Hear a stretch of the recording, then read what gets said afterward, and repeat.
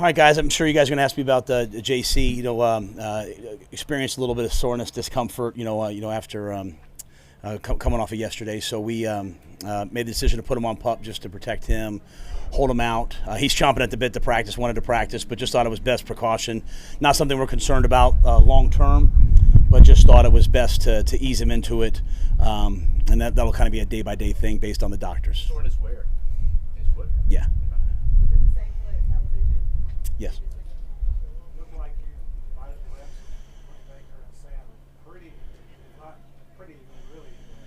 Yeah, the first 2 days we decided to have Sam. Well, for day one, Sam took all the 1 reps with the 1 group. Baker took all the 2 reps with the 2 group. Excuse me. Tomorrow we'll have Baker take all the reps with the first group. Sam take all the reps with the 2 group. And the thought process being we really wanted our guys to have the ability to work with the same receivers for the entire day. Especially, obviously Baker's, we got the install last night and this morning. He's out here trying to execute it. So we wanted those guys to have some consistency at receiver for the first 2 days, and then we'll start to mix things up a little bit more. And then we had Matt and PJ split the 3s. Where do you think the timing is with Baker and the receivers? I know it's going to take a while before they start fully clicking, but how do you see that? Yeah, I mean, I think it's gonna take a while. It's also gonna take a while for everybody with the timing with the receivers because they're tired. They've been doing other drills. And you get out here, it's hot. You're running and it's later in practice. So a couple of times I thought Baker made some big throws down the field, and just the feedback I was hearing from Ben to him was, hey, throw it there. Don't throw it there and make the receiver get to it. As receivers get in game shape, they'll catch those things in stride. So it's going to be a long working process. Excited to see it happen. What do you look for in day one? It's the beginning of us, establishing our standards of how we're going to play. In terms of our effort, in terms of our execution, all those things. So, I expect the guys to come out. It's obviously not real long. I mean, after stretch, I think it was like an hour and 10 minutes, an hour and whatever. So it's not a real long practice, but I want elite focus on execution, and I want really good effort. And now these guys have to go recover their bodies and get ready to come back and do it again tomorrow. Do you like the switch from the AM/PM session? Yeah, there's pros and negatives to both. Now this practice becomes a little bit hotter. That's the negative of it. A lot of guys had good feedback. They like the walkthrough right before practice. I think that helps them. I think we have some new players. Walking through before practice helps you a lot more practicing better. But at the end of the day, the schedule's the schedule. Whatever it is, the guys will attack it. I thought it was good for us today, and hopefully we can continue to battle the heat. You're not going to try to do anything to get it in a little sooner before the heat? As of right now, no. I mean, if the guys came to me and said, "Hey, coach, we want to start at 7 a.m.," I would always listen to the players, but some of them like their sleep too. So I think at the end of the day, we're going to play. We're going to play September 11th. At 1 o'clock. So as long as we're smart, guys hydrate. We got a lot of guys wearing hoods and long sleeves. We're going to address that a little bit. Like, I can't tell guys what to wear, but you might want to wear a T-shirt out here. So, but. Baker was one of them. Yeah, well, the quarterbacks don't run as much. Some of those DBs have it on, but I'm not the style police, and we'll give them the best, the best information to hopefully keep them healthy. Hey, I think it was his last throw, one of his last throws. Keith and Justin went up. Looked like the wind caught that ball. Did you see the 7-on-7 there? Yeah, it looked to me like I don't know if the ball came out of his hand right, but I mean it looked like it kind of got caught up in there. It was a really nice job by Keith. 6'4" corner. That's your job to go up and pluck the ball. You talked a lot about with Sam. Listen, just don't make mistakes. Give us a chance to win. Is that something that you've already talked to Baker about moving into this season? Yeah, I think, and I don't know if I've ever said it necessarily like that to him. I think at the end of the day, I mean, we want guys to, we want to eliminate careless mistakes, not doing your job, trying to do too much. But we want these guys to go play aggressive. I mean, they're NFL quarterbacks. I want them to go back and I want them to make the throws. But just what I said last year, I want them to make the throws on time where they're supposed to be. And I mean, the great thing is with Ben and Sean back there, they are all over everything. So I can constantly hear the feedback, and they'll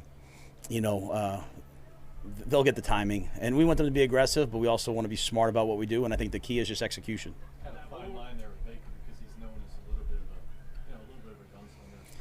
Yeah, I mean, that's a fine line with all great quarterbacks, I mean, the whole key to football, they call it the toxic differential, but it's like how explosive can you be, and also how few turnovers can you have. And sometimes those, if you risk it all the time, so it's just risk reward like anything else. And so the way we want to handle that is We're going to be aggressive with the play calls, but take what's there. And we have a great situation here when, if it's not there deep, man, check the ball down to Christian McCaffrey. Check it to Chuba. Check it to Deontay Foreman. We got backs that we think can make plays with checkdowns. It seemed like Sam did that a lot today, checking it down to the running backs. What do you think of his performance? Again, I'm not, it's hard for me to talk about guys' performance, but yeah, I think there's, our defense, day one, they're playing quarters. It's 7-on-7. They're all over everybody. So I think we're going to probably check the ball down a lot versus that coverage. As the days get on, you start seeing some different coverages. You have some more shots, but I thought Sam was on time. It looked like he was on time. It looked like he did what he was supposed to do. I'll probably have to check the tape to see anything more other than that. And then with the Jaycee news and the Rashawn Melvin news, what are you looking for in that cornerback room? Kind of looking for Again, as I said, I think Jaycee is not a long-term thing. And then I think, Scott will do a good job making sure, we keep, looking for, just people, make sure we have enough bodies in camp. And I'll just say this about Rashawn, absolutely first-class human, wonderful guy. Loved having him on the team and handled things the right way, called me and talked to me, and I just absolutely wish him the best. Coach, what are the challenges for Ben, who's probably still installing some of the system he wants to run, and then you add another quarterback to the mix? How is he handling it? I think Ben's excited by the challenge. Ben to me, when I watch him, he was born to be an offensive coordinator. He loves it. He loves the man, goodness. He loves the install. He loves he loves every part of it. He loves working with guys. And I think the thing I know that I like most about Ben McAdoo is he doesn't coach one quarterback different than the other, one receiver. He's here to help everyone get better. We're here to help everyone either make our team or make another team. So I think he's taken the challenge and run with it. Coach, what is the skill set that Andre Roberts brings to your special teams? What do you expect from him? When you go back and look at Andre last year, he had an excellent year returning. He can catch punts, he can catch kickoff returns, and he fits Coach Tabor's style of getting vertical, getting north and south. So I think he can really bring something to us. I know he can bring something to us. That being said, I think he can also help us at receiver. We're going to be smart about it. I think he's 33, 34 years old.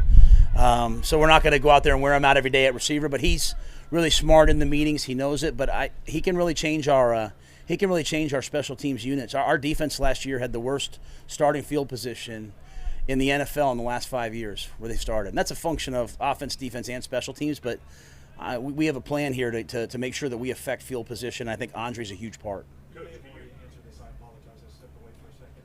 The Baker Sam thing, in terms of how long that goes on until you make a decision of what you're looking for early on from both.